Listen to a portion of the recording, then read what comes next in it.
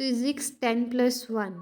अभी हम बात करते हैं chapter 9 mechanical properties of solids. तो अभी हम 11th कीवर्ड की बात करते हैं जो है यील्ड पॉइंट।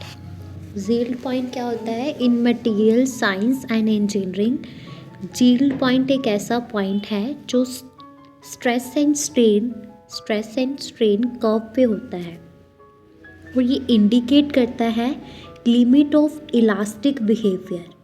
इलास्टिक बिहेवियर की लिमिट को इंडिकेट करता है और ये इंडिकेट साथ में करता है प्लास्टिक बिहेवियर की बिगनिंग को। बिलो द यील्ड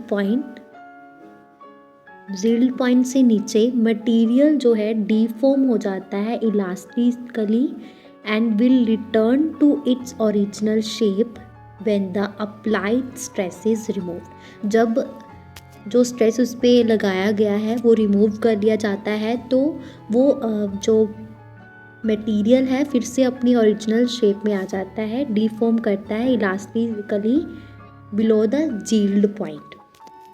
और यील्ड पॉइंट क्या है? स्ट्रेस और स्ट्रेन कर्व पे पॉइंट है जो इंडिकेट करता है इलास्टिक बिहेवियर को और प्लास्टिक बिहेवियर की शुरुआत को।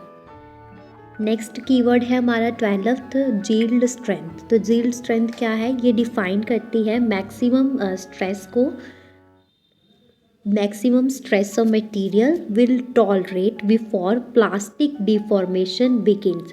मैक्सिमम स्ट्रेस है मटेरियल की जो वो टॉलरेट करता है प्लास्टिक डिफॉर्मेशन की शुरुआत से पहले। और जो टर्म है यील्ड स्ट्रेंथ ये टिपिकली यूज़ की जाती है कॉन्टेक्स्ट ऑफ डक्टाइल मटेरियल्स के लिए, मटेरियल जो डीफॉर्म हो जाते हैं उनके लिए। यील्ड स्ट्रेंथ मेजरमेंट है अमाउंट ऑफ फोर्स की that can be exerted on a material. जो फोर्स मटेरियल पे लगती है जब मटेरियल डीफॉर्म हो जाता है उससे पहले जो फोर्स मटेरियल पे लगती है उस अमाउंट ऑफ फोर्स को यील्ड स्ट्रेंथ बोला जाता है।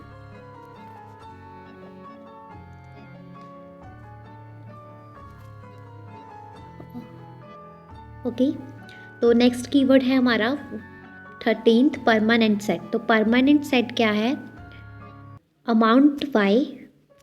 अमाउंट है by which a material stresses beyond its elastic limit fails to return to its original size और shape when the load is removed. ये वो अमाउंट है जिस पे मटेरियल जो है स्ट्रेस किया जाता है बियॉन्ड इट्स इलास्टिक लिमिट और अब जो मटेरियल है वो अपनी ओरिजिनल शेप में वापस नहीं आ सकता। अगर हम उसमें से लोड रिमूव कर देते हैं उसके बाद भी जो ऑब्जेक्ट है वो अपनी ओरिजिनल शेप में वापस नहीं आता, वैसे का वैसा ही रहता है। तो उसको बोला जाता है परमानेंट सेट। परमानेंट सेट एक इरिवर्सिबल डिफॉर्मेशन है in a material due to its exposure to stress. इसके बाद जो है मटेरियल अपनी ओरिजिनल शेप में वापस नहीं आता। और परमानेंट डिफॉर्मेशन प्रोड्यूस्ड होती है जब हम किसी बॉडी को स्ट्रेच करते हैं beyond its elastic limit.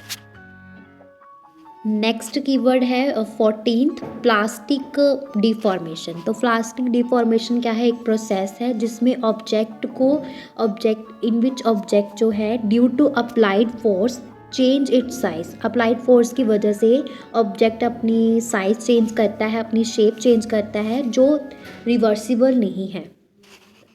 Plastic deformation is seen in many objects जैसे प्लास्टिक्स है, मेटल्स है, सॉइल्स है। नेक्स्ट कीवर्ड है 15th अल्टीमेट टेंसाइल स्ट्रेंथ।